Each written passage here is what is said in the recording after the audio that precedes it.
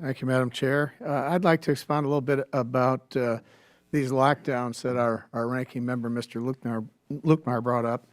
In our state of Minnesota, our Governor, Tim Walz, has held on to emergency powers and made all sorts of arbitrary decrees.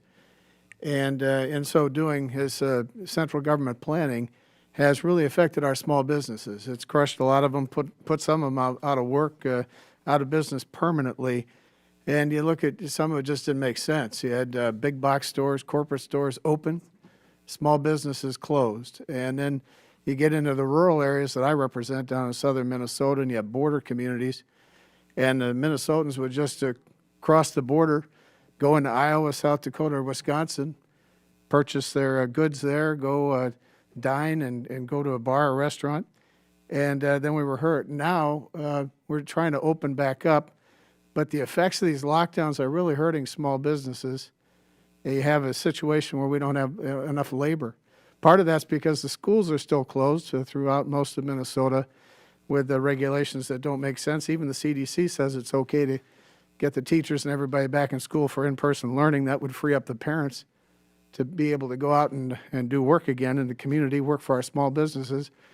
And then in some of the border communities, the employees have literally gone to neighboring states and taken full-time jobs there, knowing that those states will remain open when Minnesota's opening and closing. So I guess to Ms. Kerrigan, what are your thoughts about that? I'd like to hear any other experiences that you've learned along the way, and just how devastating some of these lockdown orders have been to small businesses across the country.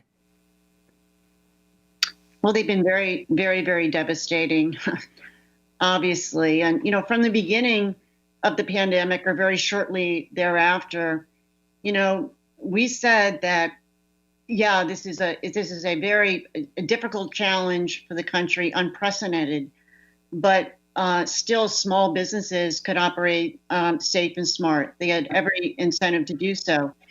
And you're right. I mean, the inequities in allowing sort of the larger stores to remain open and closing the smaller stores that could have sold some of these goods that were provided by the larger stores, and in effect hurting larger amount of customers into bigger stores, it didn't make sense from our members' perspective. So, and what we're seeing now, Congressman, is you do see businesses just in these lockdown states.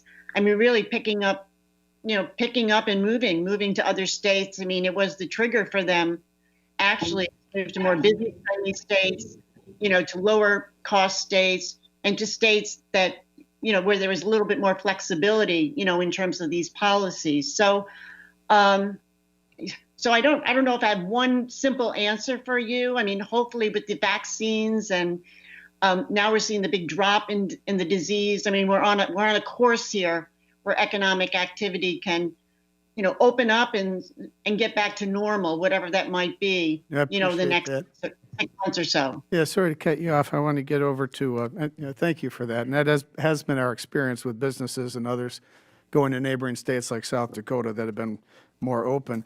Mr. Schoepf, I had a real quick question for you. Being in the business that you are, in the movie theater business, in a small community, we have communities in my district in Medelia and Casson that have small theaters that haven't been able to reopen. In some of our rural communities, obviously we need infrastructure for folks to be there, jobs and everything else, good obviously health care and education, but quality of life, things to do, entertainment, that's really important in a community the size of yours. I think it's, about 7,000 people. And I see that. What's your thought about that? Well, I have to agree with you. I can't tell you the number of people that have come up to me and asked when we're going to open. They come knocking on our door when they see us in the theater. They want us to open. But it goes back to what you were talking about just a minute ago.